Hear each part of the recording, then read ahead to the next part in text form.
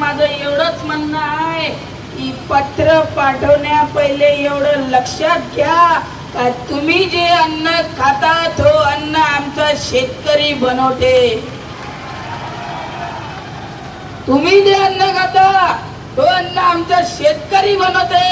तुम्हाला विचार नाही करत आहे, तुम्ही डायरेक्ट पत्र पाठवत आंदोलन करा नाही तर जेलात टाकीन. मला माहिती आहे हे मी बोलल्यानंतर माझा वाद होईल, तरी मला याची काही पर्वा नाही आहे. जर तुम्हाला जेलात टाकायचं असेल तर मी 18 वर्षाचा खालचा आहे, पहिले मले जेलात टाका, नंतर आमच्या भाऊले पत्र पाठवा. तुमच्यामध्ये जर वार करण्याची क्षमता असेल तर पहिली गोडी ह्या सोमकरदाराच्या छातीवर चालवा, नंतर बच्चू भाऊच्या छातीवर चालवा, हे सांगतोय. आणि हे 1500 रुपयाचा चॉकलेट देणारे जे लोक आहे, आश्वासन देणारे मुख्यमंत्री साहेब, तुम्हाला म्हणे कर्जमाफी देत असं अंडी पाजली मार बटना दाबल्या तिथं जाऊ. हे पत्र बच्चू भाऊला आला. जर हे आपण एवढी एकी नसती आपली, घरी जर एखाद्या शेतकऱ्याच्या पत्र आला असता, शेतकरीने तर आत्महत्या करून गेले असते. न्यायाधीश साहेबांना पत्र पाठवलं, बापा बापा. अरे आता फाटली का कोणाची? फाटली का? काम नाही फाटली, एक झालो म्हणून ना. मग एवढ्या वर्षांपासून एवढ्या महिन्यांपासून बच्चू भाऊ का तुम्हाला इंग्लिश मध्ये सांगत होते का? हा, एवढ्या वर्षापासून जर तुम्ही ना डोळे उघडले असते, एक झाले असते तुम्ही, ही नौबतच नाही आली असते आपल्याला आंदोलन करायचे. आता इथे जे आहे साले गांडू कोण आहे तर पाठ दाखवून घरी जाऊन राहिले. शेतकऱ्यांची औलादच नाही आहे ते कोण आहे तर घरी गेले साले. वा, माझा बाप शेतकरी नाही आहे, माझा बाप व्यापारी आहे, कपड्याची दुकान आहे माझ्या घरी, आणि मी सिंधी समाजातला आहे, तरी मी मराठी बोलतो आणि शेतकऱ्यांसाठी लढतो.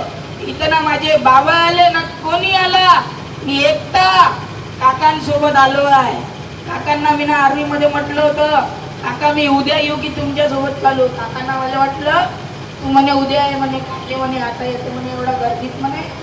काकाले हो म्हटलं, तरी मग आपण पलटून गेलं नाही म्हटलं, पब्लिकला एक झाली आहे म्हटलं, आता साल्याले होऊनच द्यावा हरभर काय आहे. तर घरी गेलो, बॅग घेतली, कपडे भरले, डायरेक्ट आलो. काका आलो म्हटलं, शेतकरी की लढाई है, इसमें सबको एक होना पडेगा, सबको. आणि ते जाती वाटाचे भांडण करून आमच्या लोकांना फसवतात, असं करण्याने चालणार नाही आहे.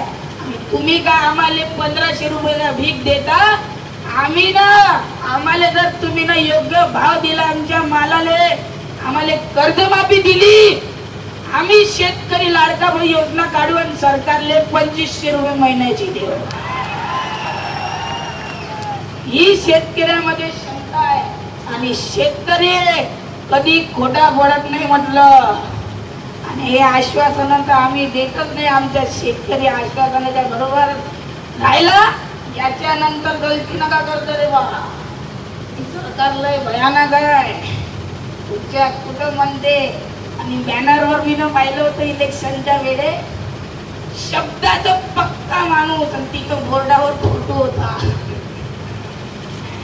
हे शब्दाचा पक्का माणूस आहे. बापा बापा, शेतकऱ्यांच्या हातभारा करा, कोरा कोरा कोरा, आणि इलेक्शन झाल्यानंतर कर्ज भरा. काय होय मग ती शक्तीपीठ बनून राहिले म्हणते, आणि तर कर्ज माफी राहिली, ते समिती बनवते म्हणे, समितीवर राहिली. तुम्हाला एवढंच सांगतो, तुम्ही किती पण तुमची ताकद लावून घ्या मुख्यमंत्री साहेब, आम्ही इथून हटणार नाही म्हणजे नाही. ये महाराष्ट्र का शेतकरी एक हो चुका है. आणि एक डायलॉग म्हणून माझा भाषण संपवतो. पोलीस फडणवीस साहेबांसाठी, मुख्यमंत्री साहेबांसाठी झालं काय, पोलीस, सीबीआय, मिलिट्री पोस्ट तेरी सारी है, police CBI force military post तेरी सारी है, पण शेतकरी